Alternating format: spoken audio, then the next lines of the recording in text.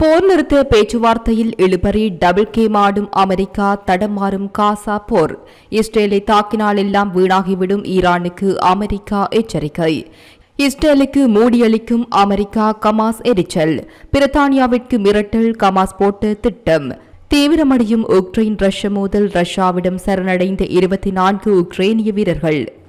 காசா போர் நிறுத்த பேச்சுவார்த்தை உலகை சும்மா ஒரு போக்கு காட்டும் செயற்பாடாகத்தான் பார்க்க வேண்டியுள்ளது. இஸ்ரேல், கமாஸ் இருதரப்புமே 2-1 பார்த்துவிட வேண்டும் என்ற எண்ணத்தில் தான் போர் முனையை செயற்பாடுகளை நகர்த்தி விடுகின்றார்கள். ஆனால் அமெரிக்கா தான் நடுநிலை போல் காட்டிக்கொண்டு மறுபக்கம் இஸ்ரேலை தூண்டிவிட்டு தேவையான ஆயுதங்களை அள்ளிக் கொடுத்து செயற்படும் செயற்பாடுதான் இந்த இழுபறிக்கு காரணம் என்று வல்லுநர்கள் கூறுகின்றார்கள். போர் நிறுத்தம் தேவை என்று கருதும் அமெரிக்கா முதலில் இஸ்ரேலுக்கான ஆயுத சப்ளை நிறுத்த வேண்டும். இதனால் தான் அமெரிக்கா நடுநிலையாக செயல்படவில்லை என்று ஈரானின் தற்காலிக வெளியுறவு அமைச்சர் அலி பகேரி கனி தெரிவித்துள்ளார். தோகாவில் நடந்த போர் நிறுத்த பேச்சுவார்த்தை குறித்து கத்தார் வெளியுறவு அமைச்சர் முகமது பின் அப்துல் ரஹ்மான் அல் தானியுடன் கலந்துரையாடல் ஒன்றில் ஈடுபட்டுள்ளார். இதன்போது காசாவில் நடைபெற்ற தாக்குதல்களையும் தெல் அவிவ் நகரில் ஆட்சி செய்கின்ற குற்றவாளி கும்பல் மற்றும் அவர்களின் முக்கிய ஆதரவாளரான அமெரிக்காவின் வஞ்சகம் மற்றும் பொய்மை தன்மையையும் தாம் எச்சரித்துள்ளதாக தெரிவித்துள்ளார். குறிப்பாக காசாவில் உள்ள சியோனிச ஆட்சியாளர்களுக்கு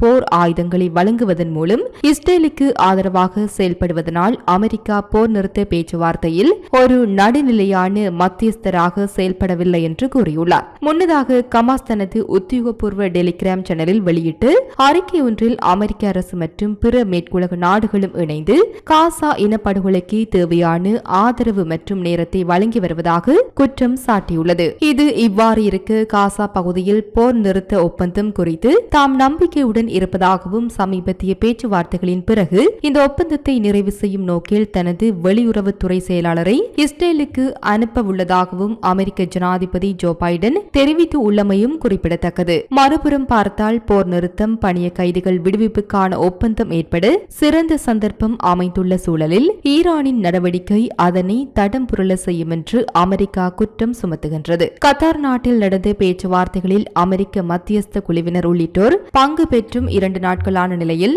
இதற்கு முன் இல்லாத வகையில் போர் நிறுத்தம் மற்றும் பணிய கைதிகள் விடுவிப்பு ஆகியவற்றிற்கான ஒப்பந்தம் ஏற்படுவதற்கான சிறந்த சந்தர்ப்பம் உள்ளது. இதனால் 10 மாத கால காசா போர் முடிவுக்கு வருவதற்கான சாத்தியமும் காணப்படுகிறது என்று கூறினார். இந்த நிலையில் கமாஸ் அமைப்பின் தலைவர் கொல்லப்பட்டதற்கு பதிலடியாக இஸ்ரேலை ஈரான் தாக்கினால் பேரழிவை எதிர்கொள்ள நேரிடும், அதனுடன் காசா ஒப்பந்தம் ஏற்படுவதற்கான சாத்தியமும் தடம் புரளக்கூடும் என்று ஈரானுக்கு அமெரிக்கா எச்சரிக்கை விடுத்துள்ளது. போர் நிறுத்தம் மற்றும் பணிய கைதிகள் விடுவிப்பு ஆகியவற்றிற்கான ஒப்பந்தம் ஏற்படுவதற்கான சிறந்த சந்தர்ப்பம் அமைந்துள்ளது என்று நாம் நினைத்துக் கொண்டு இருக்கும் சூழலில் அதனை தடம் புரள செய்யும் வகையில் ஈரான் ஏதேனும் மேற்கொண்டால் அது கடுமையான விளைவுகளை ஏற்படுத்தி விடும் என்று அமெரிக்க அதிகாரி ஒருவர் தெரிவித்துள்ளார். ஈரானின் பிரதிநிதியாக உள்ள கமாஸ் அமைப்பே கடந்த அக்டோபர் 7ஆம் தேதி போரை தொடங்கியதென்று அவர் தெரிவித்துள்ளார்.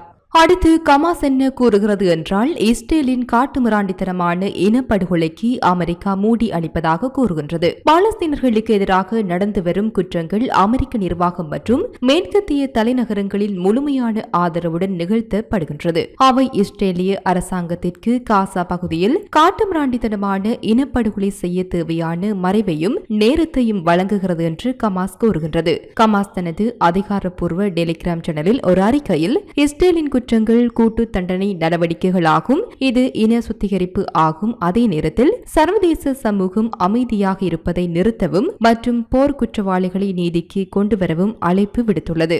இதற்கிடையில் காசாவில் இஸ்ரேலிய ஆக்கிரமிப்பு போர் குற்றங்களுக்கு இங்கிலாந்து அரசாங்கத்தின் நடவடிக்கைகள் உடந்தையாக இருப்பதாக பகிரங்கப்படுத்தியும் இஸ்ரேலுக்கு இங்கிலாந்து தொடர்ந்து ஆயுத விற்பனை செய்வதை எதிர்த்தும் மூத்த பிரிட்டிஷ் ராஜதந்திரி மார்க் ஸ்மித் ராஜினாமா செய்துள்ளார். இவரின் இந்த ராஜினாமா இஸ்ரேலுக்கு உதவி வருகின்ற பிரிட்டன் அரசாங்கத்திற்கு பெரும் பாதிப்பாக அமைந்துள்ளது. இஸ்ரேல் காசா யுத்தத்தில் அதனுடைய ஆதரவு நாடுகள் வழங்குகின்ற ஆயுதங்களை கொண்டே சிறுவர்களையும் குழந்தைகளையும் அப்பாவி மக்களையும் கொலை செய்து வருகின்றனர். இந்த நிலையிலே பிரிட்டனின் மூத்த பிரிட்டிஷ் ராஜதந்திரி மார்க் ஸ்மித் ராஜினாமா செய்துள்ளார். குறித்த தகவலை சர்வதேச ஊடகங்கள் வெளியிட்டு உள்ளன. இதற்கிடையில் காசாவில் உள்ள பிரித்தானிய மற்றும் காமன்வெல்த் போர் வீரர்களின் சவங்களை தோண்டி எடுத்து அதனை பயன்படுத்தி பிரித்தானிய அரசாங்கம் அரசாங்கத்தை மிரட்டுவதற்கான திட்டத்தை ஹமாஸ் அமைப்பு மேற்கொண்டதாக அண்மையில் கண்டறியப்பட்ட ஆவணங்கள் தெரிவிக்கின்றன. பிரித்தானிய பாதுகாப்பு செயலாளரின் தலைமையில் காமன்ஸ்வெல்த் போர்க்கல்லறை ஆணையம் முதல் மற்றும் இரண்டாம் உலக போர்களின் போது இறந்து 3000 காமன்ஸ்வெல்த் வீரர்களின் கல்லறைகளை காசாவில் பாதுகாத்து வருகின்றது. 1917 ஆண்டில் ஓட்டோமன் பேரரசுடன் நடந்த யுத்தத்தில் ஆயிரக்கணக்கான வீரர்கள் காசா விலங்காட்டத்திற்காக போரிட்ட போது இருந்தனர். அண்மையில் கண்டறியப்பட்ட இந்த ஆவணங்கள் காசாவில் நடந்த தற்போதைய போர் சூழ்நிலைக்கு முன்னர் உருவாக்கப்பட்டதாக கருதப்படுகின்றது.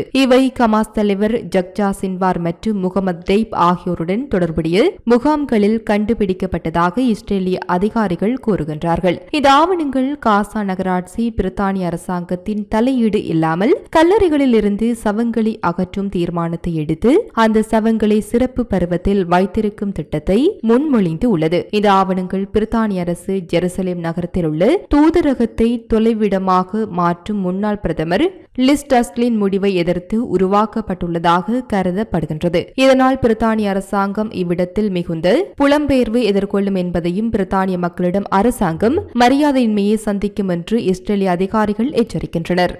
காசா போர் நிறுத்த ஒப்பந்தத்தை எதிர்கொள்ளுமாறு அனைத்து தரப்பினருக்கும் பிரான்ஸ் வெளியுறவு அமைச்சர் அழைப்பு விடுத்துள்ளார். பிரெஞ்சு வெளியுறவு மந்திரி ஸ்டீபன் செஜோர் கெய்ரோவில் உள்ள தாக்ரீர் அரண்மனையில் அவரது எகிப்திய வெளியுறவு மந்திரி பத் அப்தல்லட்டியுடன் பேச்சுவார்த்தை நடத்தினார். இதன்போது அனைத்து கட்சிகளும் போர் நிறுத்த ஒப்பந்தத்தை விரைவாக செயல்படுத்த வேண்டும் என்று கூறினார். இதுகுறித்து தெரிவிக்கையில் டோகோவில் நேற்று அதன் முந்தைய நாளும் மேற்கொள்ளப்பட்டு மகத்தான பணிகளை நான் குறிப்பாக வரவேற்கின்றேன். மோதலில் ஈடுபட்டுள்ள தரப்பினர் தங்களுக்கு முன்வைக்கப்பட்ட முன்மொழிவுகளை வரவேற்பதும் போர் நிறுத்த உடன்படிக்கையை விரைவாக செயல்படுத்துவதும் இப்போது முக்கியமானது என்று அவர் தெரிவித்துள்ளார். இந்த நிலையில் டோகோவில் காசா போர் நிறுத்த பேச்சுவார்த்தைகள் வெள்ளிக்கிழமை இடைநிறுத்தப்பட்டன.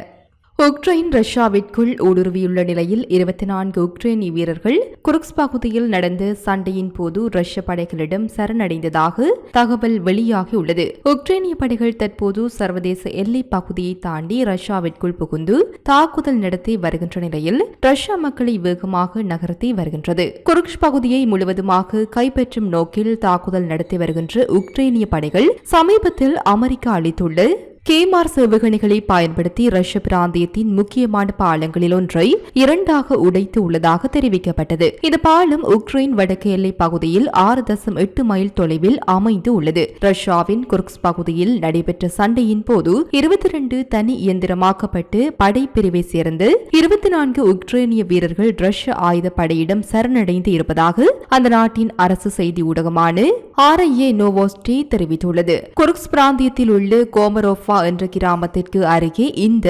24 உக்ரைனிய வீரர்களும் சரணடைந்ததாக தகவல் தெரிவிக்கப்பட்டுள்ளது. இதற்கிடையில் வெள்ளிக்கிழமை ரஷ்ய பாதுகாப்பு அமைச்சகம் வெளியிட்ட அறிக்கையில் குர்ஸ்க் பகுதியில் நடைபெற்ற சண்டையில் உக்ரைன் 2860 ராணுவ வீரர்களையும் 41 டாங்கிகளையும் இழந்திருப்பதாக தெரிவிக்கப்பட்டுள்ளமை குறிப்பிடத்தக்கது. இது போன்ற பல செய்திகளை தெரிந்து கொள்ள நம்முடைய சமூக மீடியா யூடியூப் சேனலை சப்ஸ்கிரைப் செய்து அருகில் உள்ள பெல் பட்டனை கிளிக் செய்யுங்கள். மேலும் செய்திகளை உடனுக்குடன் தெரிந்து கொள்ள சமூகமீடியா.com என்ற இணையதளத்தின் வாயிலாக எங்களுடன் இணைந்திருங்கள்.